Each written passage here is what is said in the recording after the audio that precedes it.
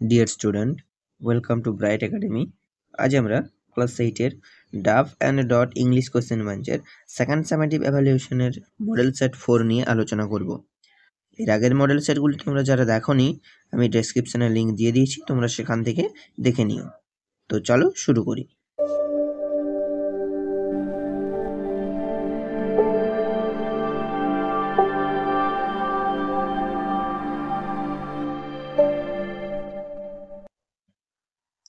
দেখো, এখানে তোমাদের এই প্রোজ পার্ট থেকে যে সিনটা, এই সিনটা তোমাদের নেওয়া হয়েছে প্রিন্সেস সেপ্টেম্বর থেকে। তো এর দেখে কি কোশ্চেন আছে দেখো। টিক দ্য কারেক্ট অল্টারনেটিভ, সঠিক বিকল্পটি নির্বাচন করতে বলেছে।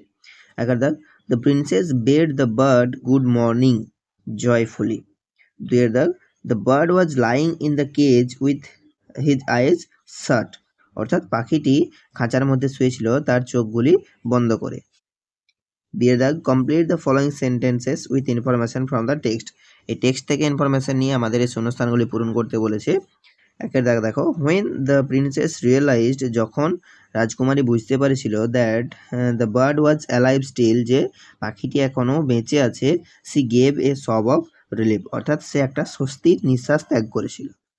দুইয়ের দাগ, the bird told the princess that, পাখিটি রাজকুমারীকে বলেছিল যে হি উড ডাই, সে মারা যাবে, ইফ, যদি, হি কুড নট সিং, সে গান না গাইতে পারে, আনলেস হি ওয়াজ ফ্রি, যতক্ষণ না সে মুক্ত হচ্ছে।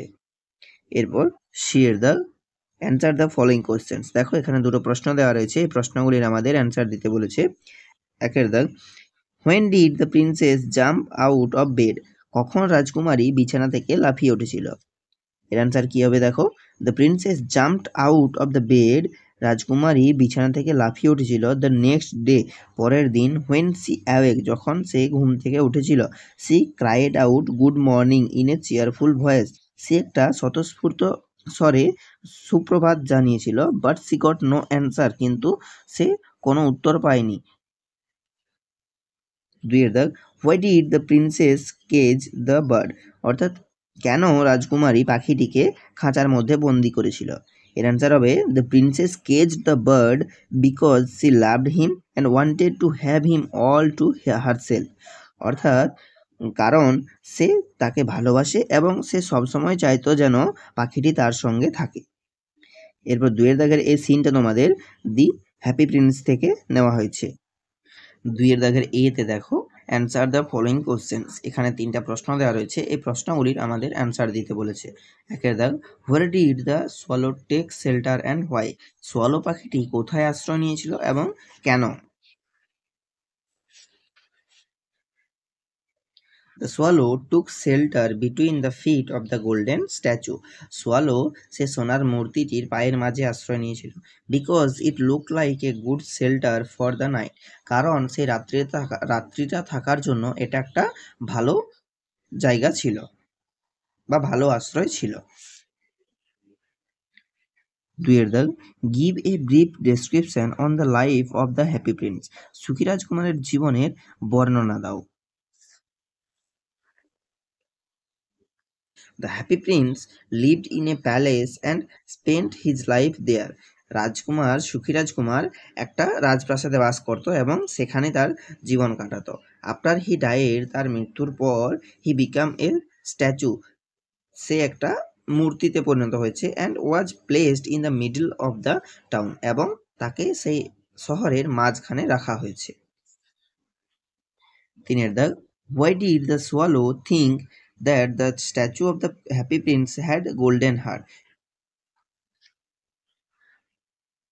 The swallow thought the statue had a golden heart because he saw the statue crying real tears despite being made of stone and made of gold.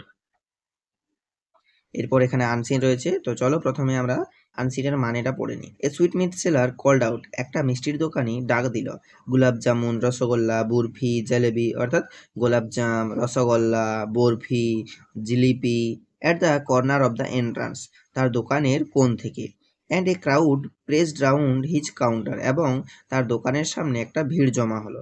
The child stared open eyed, শিশুটি চোখ খুলে তাকিয়ে রইল, and his mouth watered for the barfi, এবং তার মুখে জল চলে এলো সেই বরফির জন্য, which was his favourite sweet, যেটা তার প্রিয় খাবার।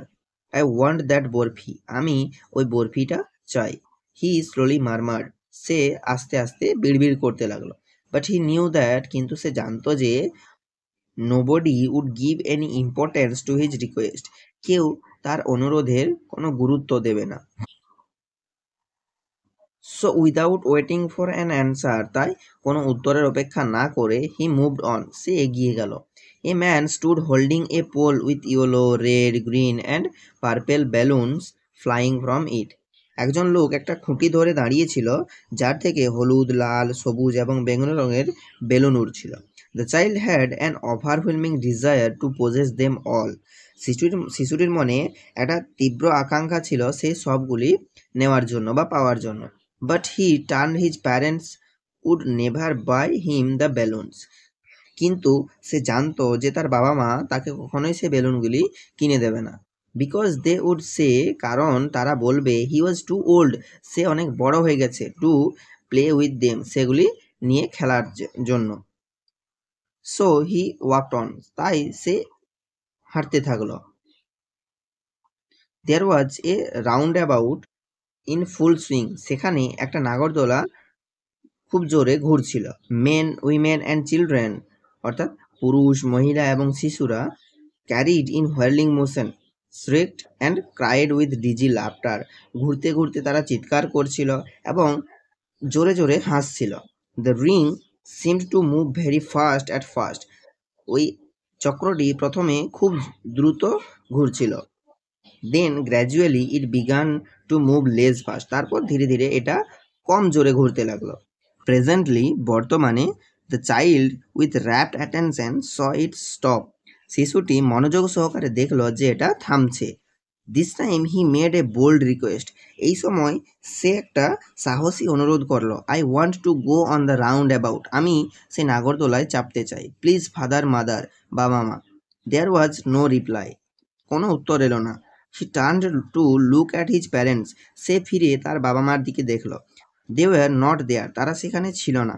দে were not on the other side either, এমনকি তারা অন্যদিকেও ছিল না। হি লুকড বিহাইন্ড, সে পাশে দেখলো। There was no sign of them, সেখানে তাদের কোনো চিহ্ন ছিল না। তো এই ছিল তোমাদের আনসিন। তো এর কোশ্চেনগুলো আমরা সলভ করি, চলো।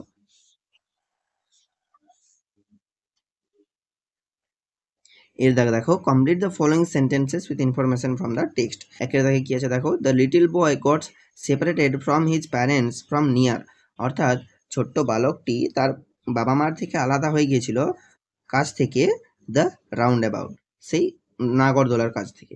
দুইয়ের দাগ, দ্য বয়েজ ফেভারিট সুইট, বালকটির প্রিয় মিষ্টি, ওয়াজ বরফি, ছিল বরফি। তিনের দাগ, the balloons were flying from a pole, বেলুনগুলি উড়ছিল একটা খুঁটি থেকে। চারের দাগ, the crowd pressed round the counter of the sweetmeat seller to buy sweets, অর্থাৎ মিষ্টির দোকানে লোকেরা ভিড় জমাচ্ছিল মিষ্টি কেনার জন্য। পাঁচের দাগ, the boy wanted to possess all the balloons, বালকটি সব বেলুনগুলি পেতে চেয়েছিল। বিয়ের দাগ, অ্যান্সার দ্য ফলোইং কোশ্চেন্স, এখানে কতগুলি প্রশ্ন দেওয়া রয়েছে, সেগুলির আমাদের অ্যান্সার দিতে বলেছে। তো দেখো একের দাগে কি আছে, why was there no reply when the boy made the request to go on the merry go round, যখন ছেলেটি সেই নাগরদোলায় চাপতে চেয়েছিল তখন কোনো উত্তর আসেনি, কেন? এর অ্যান্সার হবে দেখো, there was no reply when the boy made the request to go on the merry go round because his parents were not there, সেখানে কোনো উত্তর আসেনি কারণ তার বাবা মা সেখানে ছিলেন না।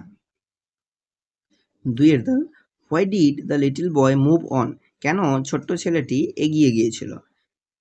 তো এর অ্যান্সার হবে দেখো, the little boy moved on because he knew that nobody would give an importance to his request for barfi, কারণ সে জানতো যে তার ওই বরফির জন্য অনুরোধ কেউ গুরুত্ব দেবে না।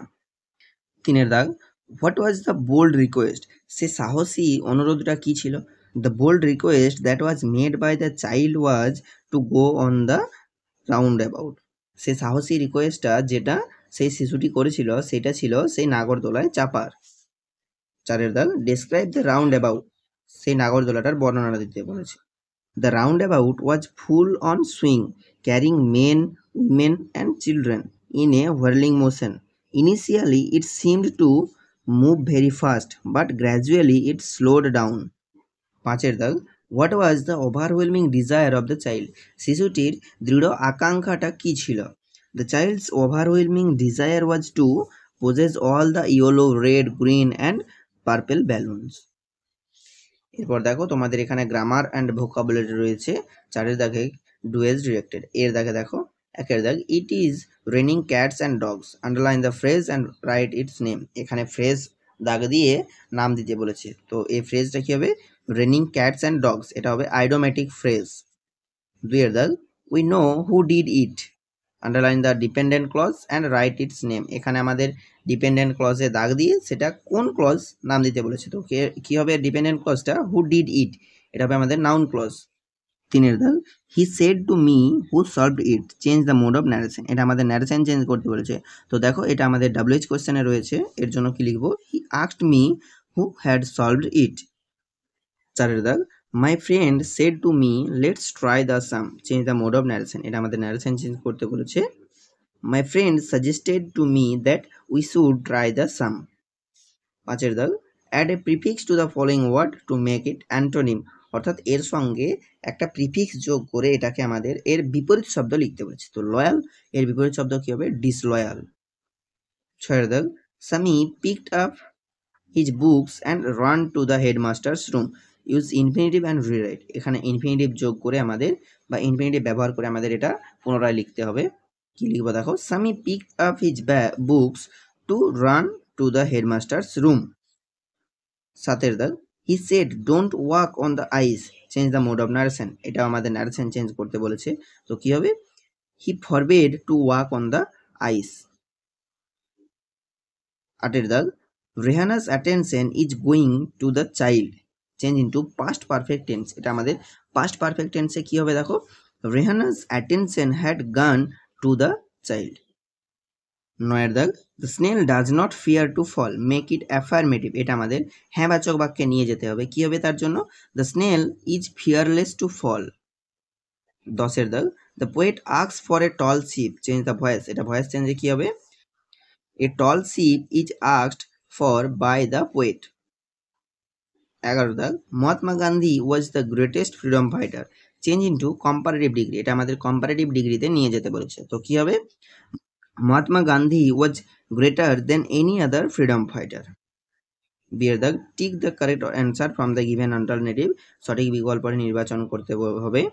একের দাগ, bread and butter is generally taken at breakfast. দুইয়ের দাগ, one must keep one's promise. পাঁচের দাগ, find out words from the passage in question number 3 that mean the following. এদের সমার্থক শব্দ বা সিনোনিম আমাদের আনসিন থেকে খুঁজে নিয়ে লিখতে হবে। হুইসপার অর্থাৎ মনে মনে কথা বলা, কী হবে? মারমাড বা বিড়বিড় করা। আনস্টেবল অর্থাৎ অস্থির, কী হবে? হোয়ারলিং, ঘুরন্ত। এই ছিল তোমাদের মডেল সেট 4-এর সিন আনসিন গ্রামার। আজ এই পর্যন্তই। চলো দেখা হচ্ছে আবার নেক্সট মডেল সেটে।